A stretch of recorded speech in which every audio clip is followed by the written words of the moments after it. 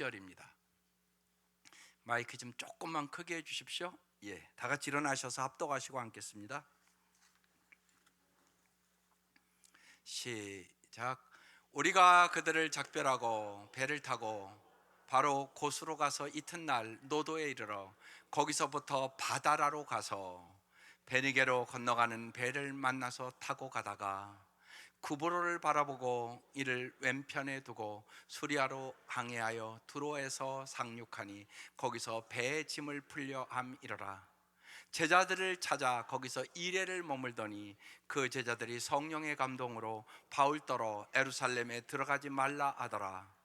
이 여러 날을 지낸 후 우리가 떠나갈새 그들이 다 그 처자와 함께 성문 밖까지 전송하거늘 우리가 바닷가에서 무릎을 꿇어 기도하고 서로 작별한 후 우리는 배에 오르고 그들은 집으로 돌아가니라. 아멘. 이미 여러분이 찬양도 부르시고 소명에 대한 찬양을 다 입술로 고백했어요. 오늘 말씀의 제목, 소명의 삶을 사는 사람. 우리는 소명과 사명의 차이를 잘 구분할 줄 아셔야 합니다. 하나님의 거룩한 부르심, 곧 소명은 무엇일까요? 소명은 생명을 요구하는 것입니다. 나의 존재를 요구하는 거예요. 더 쉽게 말씀드리면 결혼하는, 이번 이제 주간에 결혼하잖아요. 그러면 남편은 어떤 소명을 받는 거예요? 내 아내를 내가 평생 동안 행복하게 해주겠다. 이게 남편의 소명입니다. 아내도 동일합니다. 그 소명을 갖고 살지 않으면 행복할 수가 없습니다. 이게 소명입니다. 거룩한 부르심.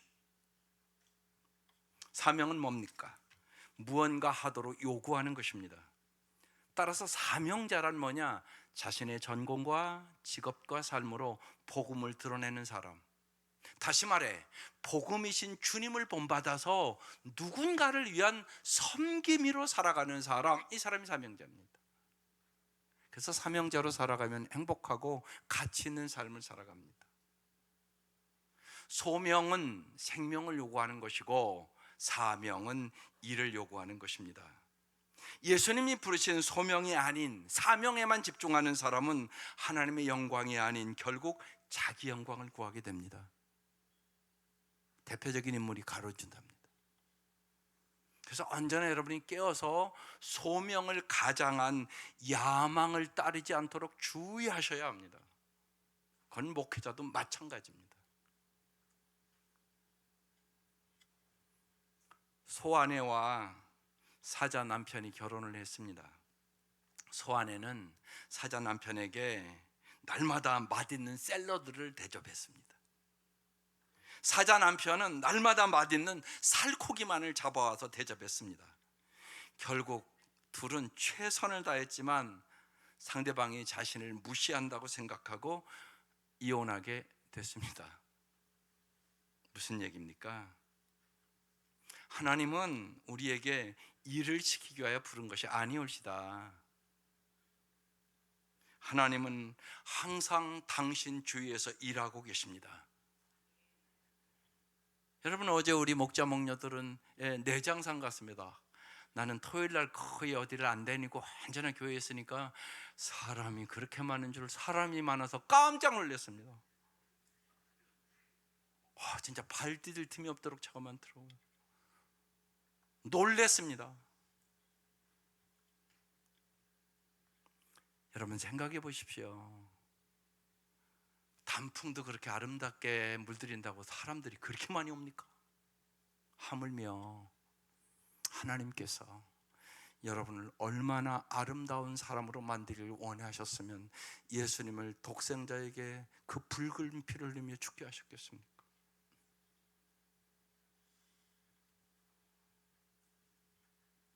우리가 신앙생활을 하며 하나님의 마음을 알고 정말 하나님의 마음에 합당한 사람, 정말 다윗과 같이 전심으로 하나님을 섬김으로 여호와는 나의 목자시니 내게 부족함이 없으리로다. 모든 성도가 이렇게 살기를 하나님은 원하십니다. 그게 하나님의 뜻입니다. 그래서 요한복음 15장 5절이 유명한 말씀입니다. 같이 한번 읽어보겠습니다. 나는 포도나무요 너희는 가지라. 그가 내 안에 내가 그 안에 거하면 사람이 열매를 많이 맺나니 나를 떠나서는 너희가 아무것도 할 수 없음이라. 여러분 꼭 기억하십시오. 행복은 인간이 만들어낼 수 있는 것이 아니올시다. 추수의 이 계절에 열매를 맺는 거 인간의 노력만으로 되는 거 아니올시다.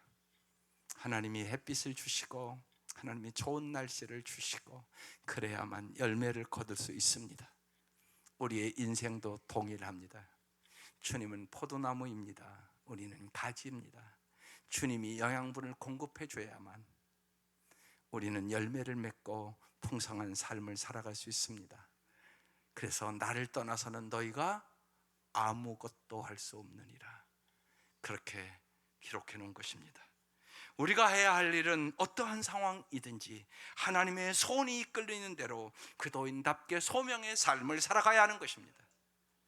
오늘 말씀을 통하여 하나님의 부르심에 합당한 소명의 삶을 사는 사람들로 다시금 결단할 수 있기를 주의 이름으로 축원합니다. 첫 번째, 바울은 소명의 사람이었습니다. 오늘 1절을 다시 보겠습니다. 우리가 그들을 작별하고 이렇게 써 있습니다. 우리가가 누구를 얘기하는 겁니까? 이 사도행전을 쓴 누가와 사도 바울과 그 일행을 얘기합니다. 그들은 누구를 얘기합니까? 에베소 장로들을 얘기합니다. 그들을 어떻게 했다고요? 작별하고, 아포파우라는 헬라어입니다. 떼어냈다 그런 뜻입니다. 바울을 끌어안고 우는 장로들을 억지로 떼어냈다는 뜻입니다. 만약 바울이 이렇게 자기를 사랑하고 우는 이 장로들과 함께 에베소에 남아서 계속 목회했다면 에베소 장로들의 존경을 받으며 경제적인 지원을 받으며 평안하게 인생을 바울은 마감할 수 있었을 것입니다. 그러나 바울은 그렇게 하지 않았습니다. 사랑하는 에베소 장로들을 억지로 떼어놓으면서까지 그들과 작별하고 그는 십자가의 길, 죽음의 길인 줄 알면서도 예루살렘으로 올라가는 것입니다. 바울은 소명의 사람이었기 때문에 그렇습니다. 소명의 사람은 어떤 상황에서든지 오늘에 갇히지 않고 오늘을 발판 삼아 내일을 지향하는 사람입니다. 소명의 사람은 그래서 날마다 새 날을 살아가는 것입니다. 바울이 자기 일신의 안위를 위하여 소명을 마다하고 자신을 환영하는 에베소에 정착했다면 바울에게 더 이상 새로운 내일은 없었을 것입니다. 자기의 안위를 추구하는 사람은 지금 오늘의 덫에 갇혀있기 때문에 새로운 존재를 위한 새로운 날로서 내일이 있을 수가 없게 되기 때문입니다. 바울이 일행과 함께 배를 타고 밀레도 남쪽 약 70km에 있는 고스라는 곳으로 갑니다. 이 고스는 의학의 아버지라고 불리는 히포크라테스의 고향입니다. 그래서 그 도시는 그 시대에도 의술이 대단히 발달했습니다. 그곳에는 의술의 신이라고 불리던 아스클레피오스 신전이 크게 져 있었다고 합니다. 그런데 바울은 다음 날 날이 밝자 이제 고스를 출발하여 약 80km 떨어져 있는 노도섬으로 갑니다. 노도섬에는 태양신이라고 일컫는 청동 조각상이 엄청나게 크게 세워진 도시였습니다. 노도에서 다시 배를 갈아탄 바울은 약 85km 또 떨어진 소아시아 남쪽 항구 바다라라는 곳으로 갔습니다. 그 한자를 저렇게 간단하게 한자로 기록되는 것입니다. 바다라는 이 도시는 해상교통의 요충지였습니다. 생각해 보십시오. 바울이 지나온 이 지역들을 보면 바울이 건강을 생각하면 바울이 몸이 약했던 사람이거든요. 코스에 정착하며 건강관리를 하며 편안한 노후를 보낼 수 있었지 않았겠습니까? 또한 여기 장미의 섬이라 불리던 노도라는 섬은 너무나 아름다워서 장미의 섬이라고 그 시대에 불렸습니다. 거기서 그냥 관광하며 살면 편하게 살지 않았겠습니까? 또한 해상의 교통도인 이 바다라라는 곳은 참 편리한 곳이었다고 합니다. 그 시대에 육체적으로 경제적으로 편안하게 관광하며 보낼 수 있었으나 바울은 이 도시의 어느 곳에도 집착하지 않고 오늘 말씀에 바로 곳으로, 또 이튿날 로도로, 또 거기서 바다라로 갔다고 기록되어 있습니다. 바울의 마음을 언제나 사로잡고 있는 것은 오직 예수였습니다. 나의 남은 인생, 예수만 전하기도 너무나 짧은 인생이기 때문에 그는 오직 예수를 전하는 주님의 부르심에 그의 소명을 다하기 위하여 모든 안일함을 버리고 떠났던 것입니다. 이것이 소명의 사람의 삶입니다. 2절에 그래서 베니게레로 건너가는 배를 만나서 타고 가다가 바울은 바다라에서 지중해를 횡단하여 약 650km나 먼 팔레스타인의 땅 베니게, 오늘날 레바논입니다. 그곳으로 배를 타고 또 떠났습니다. 그리고 나서 두 번째로 바울이 이제 여러 섬을 지나가는데 구브로를 특별히 바라봤다고 써 있습니다. 왜냐하면 이 구브로는 사도 바울을 변화시킨 장소였기 때문입니다. 3절입니다. 구브로를 바라보고 이를 왼쪽에 두고 수르야로 향하여 두로에서 상륙하니 거기서 배의 짐을 풀려 함이러라. 바울에게 배를 타고 가며 수많은 섬이 지나갔지만 구브로 섬만은 계속해서 바라봤다는 뜻입니다. 거기에는 절대적인 의미가 있었기 때문입니다. 구브로 섬은 바울이 지중해 세계 전도에 나선 첫 번째 전도지였습니다. 그리고 약 지금 13년이 흘러갔습니다. 세 번째 전도여행을 이제 매듭 짓고 예루살렘으로 향하는 바울 앞에 구브로 섬이 나타난 것입니다. 그 섬은 지난 세월 동안 자신을 이끌어주신 하나님의 손길과 바울 자신의 삶을 비추어주는 화면과 같은 장소가 구브로였던 것입니다. 바울은 첫 번째 전도지인 이 구브로 섬에서 바울의 생에 두 가지 변화가 일어난 장소입니다. 첫 번째는 그의 이름이 바뀐 것입니다. 바울의 원래 이름은 사울이었습니다. 그의 아버지가 사울 왕처럼 위대한 인물이 되라고 이름을 사울이라고 지어줬다고 합니다. 그런데 구브로에서 그의 이름이 사울에서 바울로 바뀝니다. 바울이라는 이름은 작은 자라는 의미입니다. 멈추다, 단념하다, 그런 뜻입니다. 바울의 첫 전도시인 이 구브로에서 자신이 크다고 대단하다고 생각했던 그 생각을 완전히 버렸습니다. 바울은 하나님의 은혜의 손길 없이는 도저히 살 수 없는 지극히 작은 자 바울임을 깊이 깨달은 장소가 구브로입니다. 오늘 이 아침 여러분도 깨달으시기를 바랍니다. 정말 아까 요한복음 15장 5절의 말씀처럼 하나님이 도와주지 않고는 아무것도 할 수 없습니다. 이것이 지극히 작은 자 바울이란 의미입니다. 이 깨달음이 오늘도 여러분에게 진실로 있기를 주의 이름으로 축원합니다. 두 번째 변화는 전도팀의 우두머리가 됐다는 것입니다.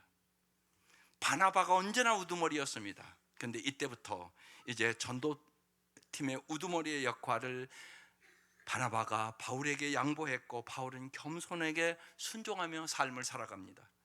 그 이후부터 전도여행은 바울의 소명하에 계속됐습니다. 첫 전도지였던 구브로에서 일어난 이 두 가지 변화는 바울의 전생애를 통하여 계속되었습니다.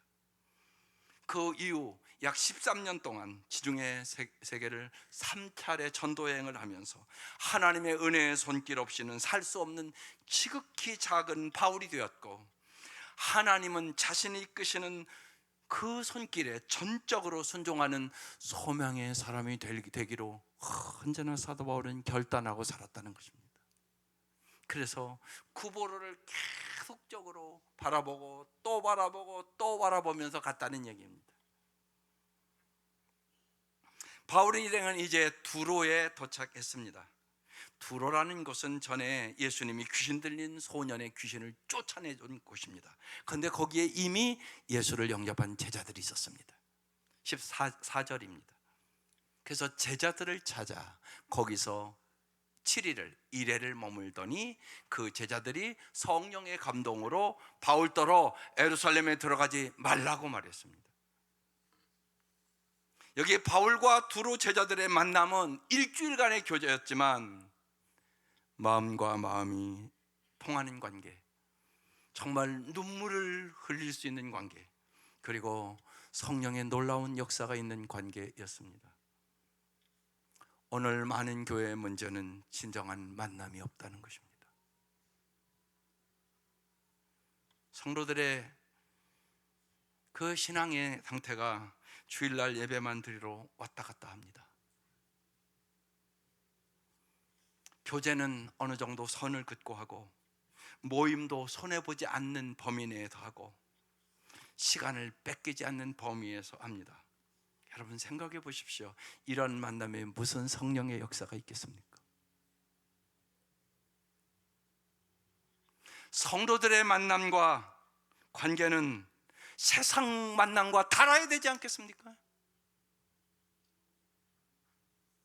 떠나도 잊을 수 없는 관계, 부탁하지 않아도 기도할 수밖에 없는 관계, 그게 성도의 관계 아니겠습니까? 그래서 이번 간절히 기도하며 썼습니다. 목장 예배는 선택이 아니라 뭐라고요? 필수입니다. 목장 예배를 드리지 않는다는 것은 내가 교회의 지체가 안 되겠다는 얘기입니다. 여러분 목장 예배를 안 드리면 지체가 안 됩니다. 서로의 사정도 모르고 그냥 와서 얼굴만 보고 가고 얼굴만 보고 가고 그러잖아요. 또 실제로 여러분 목장 예배에서 그 사정과 아픔을 들어야 기도가 되죠. 그러니까 진정한 만남과 교제가 없게 되는 것입니다. 여러분 잊지 마셔야 합니다. 그건 교회 생활이 아니올시다. 꼭 부탁드리고 싶은 게 있습니다. 또한 목장 예배를 정말 오늘 이 주일 예배들은 똑같이 가정에서 드릴 수 있기를 바랍니다. 그게 가정교회입니다. 그러니까 가정에서 안 드리는 그건 가정교회가 아니올시다. 제가 우리 가정교회 한 지 9년 됐습니다. 애타게 기도합니다. 저는 6, 7년 되면 될 줄 알았습니다. 근데 안 됐습니다. 3분의 1은 가정예배, 가정교회 되려고 많이 노력을 하고 있고요. 3분의 1은 옛날과 똑같이 드리고 있고요. 3분의 1은 거의 안 드리고 있고요. 그건 교회의 모습이 아니란 말입니다. 여러분 꼭 오늘 이 시간 잊지 마셔야 하는 것입니다. 그냥 와서 예배드리고 가고 예배드리고 가고 그건 신앙생활이 아니올시다. 어떻게 지체라고 얘기할 수 있겠습니까? 그런 사람들을. 그래서 오늘 꼭 주보를 가서 읽고 기도하고 여러분 새로운 결단을 하기를 바랍니다. 이 문제를 가지고 에스라서를 시작하면서 간절히 기도했습니다. 하나님이 정말로 16년 동안을 성전을 건축하지 않았던 그 백성에게 다시 시작하라고 얘기합니다. 하나님 저에게 똑같은 음성을 주셨습니다. 낙심하지 말고 다시 시작해라. 내가 해준다. 그래서 오늘 홍수연 간증시킨 겁니다. 20대 젊은 처녀가 여러분 평생 믿은 사람보다 새로운 결단을 하지 않습니까? 여러분에게 솔직히 그런 결단이 있습니까? 평생 믿었는데 내가 이 땅의 삶이 끝날 때까지 목자 목녀를 해봐야지, 이런 결단을 해보셨습니까? 젊은 사람이 하잖아요. 은혜 분명히 받고 왔잖아요. 여러분 저 전도사 때문에 청소년 아이들이 복을 받을 것입니다. 반드시 복을 받을 것입니다. 청소년들을 생명을 걸고 보살피겠다는 얘기입니다. 놀랍지 않습니까? 그 은혜가 여러분에게도 임할 수 있기를 주의 이름으로 축원합니다. 여러분 가정교회의 정의가 이렇습니다. 평신도가 지도자가 되어 가정집에서, 여러분 그래서 청년들은 어쩔 수 없어서 교회에서 모이라는 겁니다. 여러분 되도록이면 어렵지만 집에서 모이셔야 됩니다. 그게 성경의 얘기란 말입니다. 초대교회 여러분 사도행전 다 들었잖아요. 여러분, 청소는요 그냥 다른 날 하고 금요일은 꼭 가정에서 모이는 거예요. 그냥 청소한답시고 그냥 얼렁냥뚱땅 모이고 그러면 여러분 그 목장에 누굴 초대합니까? 청소하러 옵니까 배신자가? 그런 일은 없지 않고. 그럼 청소가 주축이란 말이에요. 목장예배는 그건 목장예배가 아니올지다. 교회와 똑같이 드려야 되는 것이에요. 평신도가 지도자가 되어 가정집에서 6명 내지 12명이 매주 한 번 이상씩 모여 교회의 본질적인 기능, 예배, 교육, 교제, 전도와 선교를 다하는 공동체, 이게 가정교회 정의입니다. 여러분, 목자 목녀 여러분, 이 정의를 잘 좀 지켜주시기를 바랍니다. 그래야 우리 교회가 교회다운 교회가 됩니다. 여러분이 정말로 성령의 놀라운 역사를 이 사도행전처럼 경험하게 되는 것입니다. 편한 길을 가지 마십시오. 그건 생명의 길이 아닙니다. 어렵더라도 십자가의 길을 가셔야 합니다.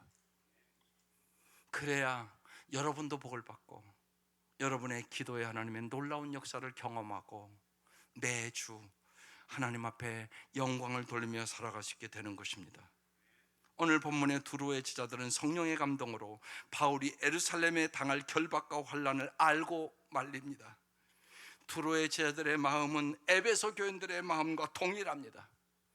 그러나 사도 바울은 자신의 소명을 굽히지 않고 예루살렘이 죽을 것을 알고도 올라가는 것입니다. 그런데 세 번째, 여기 아주 기가 막힌 말씀이 있습니다. 바울을 처자와 함께 전송했다고. 이 설교 제가 여러 번 이 본문에 했습니다. 그런데 이번 주는 이 말씀을 묵상하면서 여기 5절 한번 볼게요. 이 여러 날을 지낸 후 우리가 떠나갈새 그들이 다 누구와 함께? 처자와 함께 성문 밖까지 전송하거를 우리가 바닷가에서 무릎을 꿇고 기도하고 다 그 처자와 함께. 이 말씀이 가슴에 확 왔습니다. 여러분, 부모의 소명은 믿음의 유산을 물려줘야 합니다.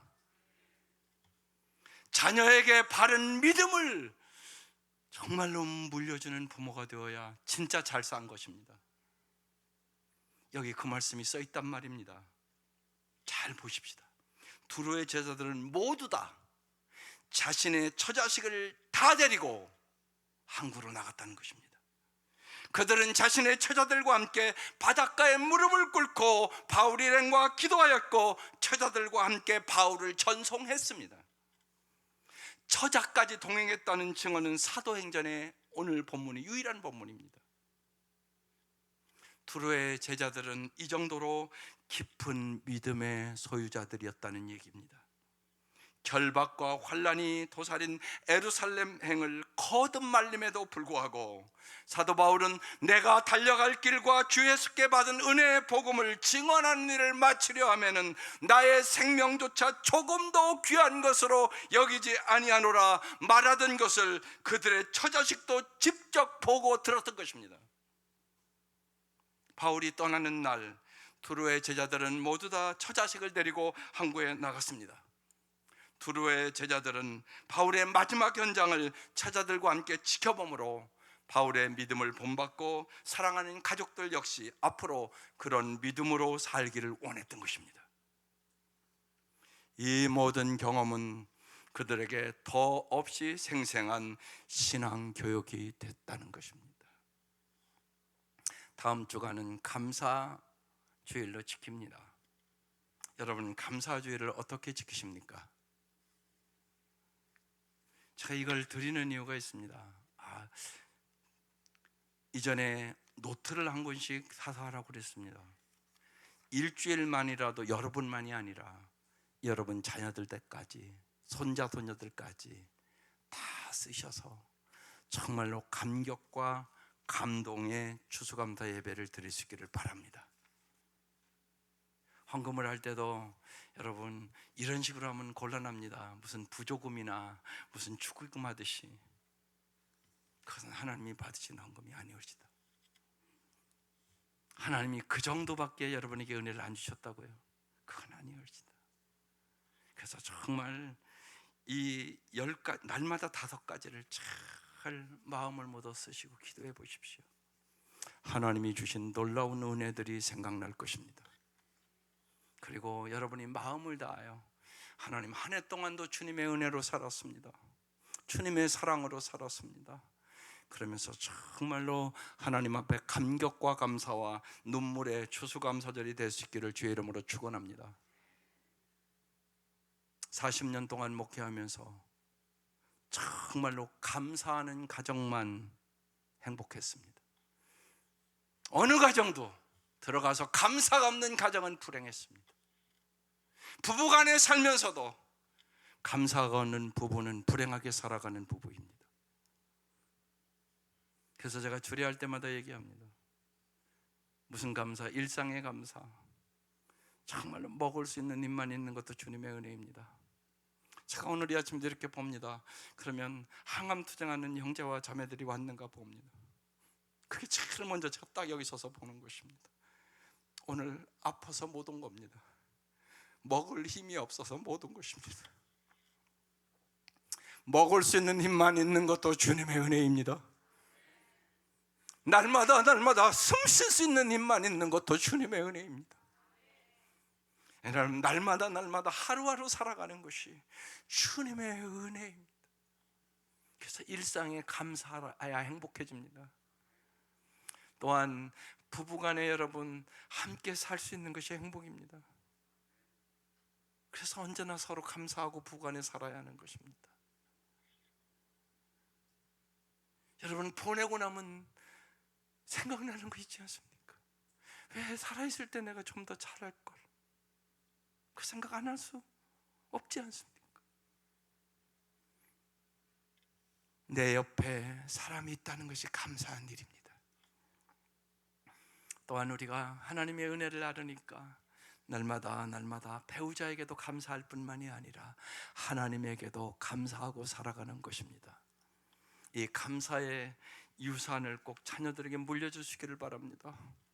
잘 감사하는, 그래서 같이 쓰는 거야. 손자손녀까지 같이 쓰는 거야. 그래서 꼭 그래야 돼요. 할아버지는 너희들이 정말로 감사의 사람이 되기를 원해. 그러면 그것이 엄청난 유산입니다. 감사하고 사는 것은 행복 유산이다. 여러분, 이 은혜가 함께 하시기를 주의 이름으로 축원합니다. 두로의 제자들과 그의 아내 그리고 자식들은 모두 다 바닷가에서 바울과 함께 무릎을 꿇고 기도했습니다. 이제 죽음의 길에 나서는 바울이 도리어 자신들을 위하여 기도해주는 그 기도의 내용을 들으면서 두로의 제자들과 그의 처자들은 평생 동안 잊을 수 없는 울컥 가슴에 치미는 뜨거운 감동을 받았지 않았겠습니까? 그리고 6절에 오늘 서로 작별한 후 우리는 배오르고 그들은 집으로 돌아가니라. 바울의 얼굴은 두로의 제자들과 그의 아내와 그리고 자식들의 마음속에 세상의 그 어떤 지우개로 지울 수 없는 영원한 큰 바위 얼굴로 남아있지 않았겠습니까? 이 말씀을 묵상하다가 멈췄습니다. 이런 생각이 들었습니다. 바울을 전송하고 그들은 집에 들어가서 무슨 얘기를 했을까? 그건 성경에 안 써있는데 여러분 어떤 얘기를 했을 것 같습니까? 제가 그래서 펜을 들어서 쓰기 시작했습니다. 아마 이런 얘기를 했을 것 같았습니다. 여보, 바울 선생님 앞에서 내 모습이 참 부끄러웠어요. 주님의 제자라고 말하면서 주님을 위하여 생명은 고사하고 마땅히 버려야 할 작은 것 하나 버리지 못하는 내가 너무나 부끄러웠습니다. 이번에 바울 선생님과 일주일을 함께 지낸 것은 하나님의 특별한 은총이었습니다. 바울 선생님의 삶은 내 인생관과 신앙관을 송두리째 바꾸어 주었습니다. 이제 나도 주님 앞에서 참으로 하나님의 자녀로 부름을 받았고 영원한 가치 있는 일에 내 삶을 드리라고 부르셨으므로 영원한 가치를 위하여 살기로 결심했습니다. 이 자녀들은 어떤 얘기를 했을까요? 제가 펜을 들어 다시 쓰기 시작했습니다. 어머니, 아버지, 바울 선생님과의 만남은 참 많은 것을 깨닫게 해주었습니다. 죽음의 길인 줄 알면서도 예루살렘으로 의원에게 나아가는 바울 선생님을 통하여 참된 믿음과 참된 용기가 무엇인가를 깨달았습니다. 저도 참된 믿음과 참된 용기를 가질 수 있도록 어머니, 아버지 기도해 주세요. 이게 여러분의 기도가 진짜 될 수 있기를 바랍니다. 바울과 헤어지는 마지막 작별의 현장까지 사랑하는 아내와 자식들을 대동하였던 이 두로의 제자들은 참으로 지혜로운 사람들이었습니다. 그래서 젊은 분들은 여러분 자녀들을 데리고 선교여행 갈 수 있기를 바랍니다. 엄청난 은혜입니다. 이들은 사랑하는 가족에게 줘야 할 가장 소중한 것이 무엇인지를 알고 있었습니다. 그것은 세상의 부귀영화가 아니었습니다.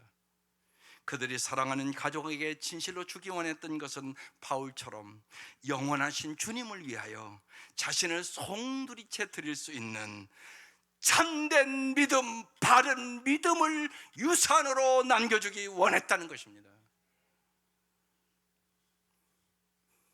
사람마다 꿈을 꿉니다. 여러분은 자녀를 위하여 어떤 꿈을 꾸고 사십니까? 대부분의 사람들은 꿈을 말하면 직업을 생각합니다.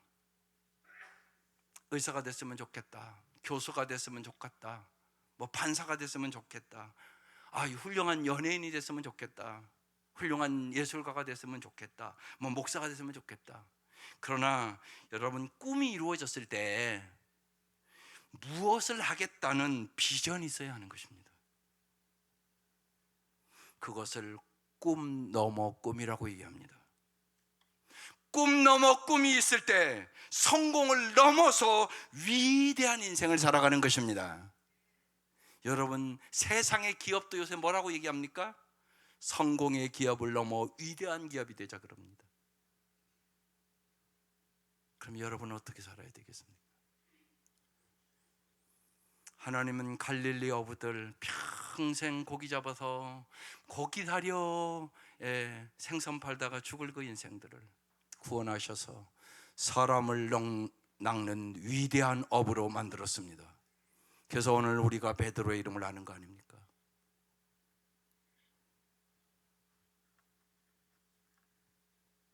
대학을 다녀본 적이 없고 결혼한 적도 없고 자기 철을 가져본 적도 없는 한 소녀가 꿈을 꿨습니다. 그는 죽어가는 이 세상에서 가장 가난한 사람들을 도와주면서 정말로 하나님 주신 나의 사랑과 그 믿음을 실천하며 살기로 결단했습니다.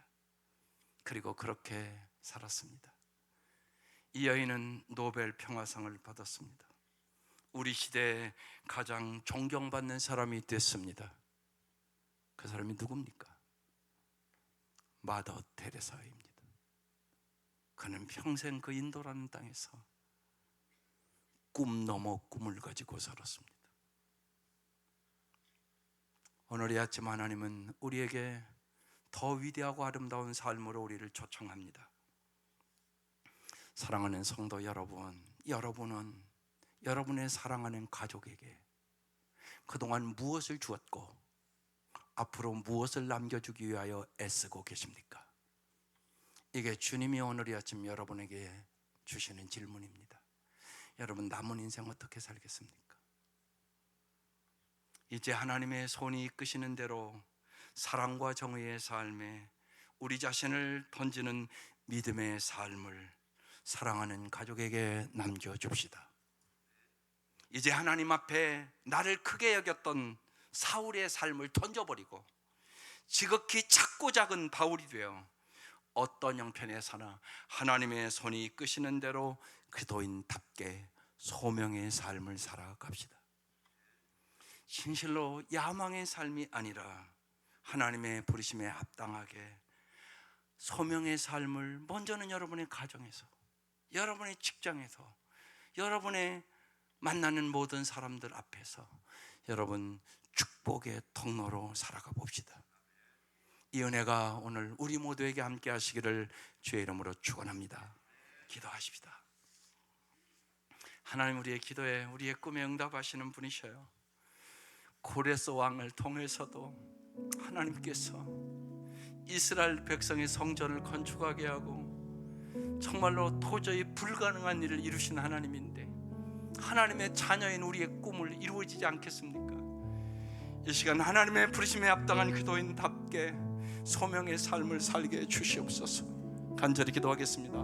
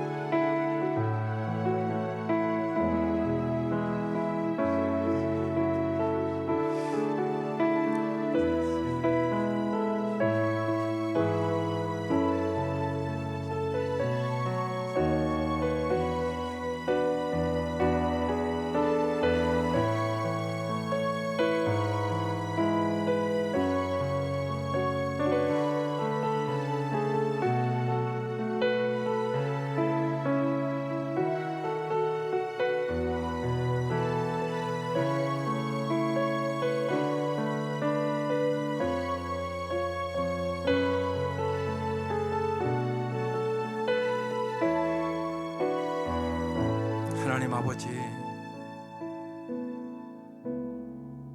주님께서는 우리에게 금보다 귀한 믿음을 주시고 하나님을 믿는 믿음으로 세상을 넉넉히 이기게 해주시기를 원하시는 주님임을 믿습니다.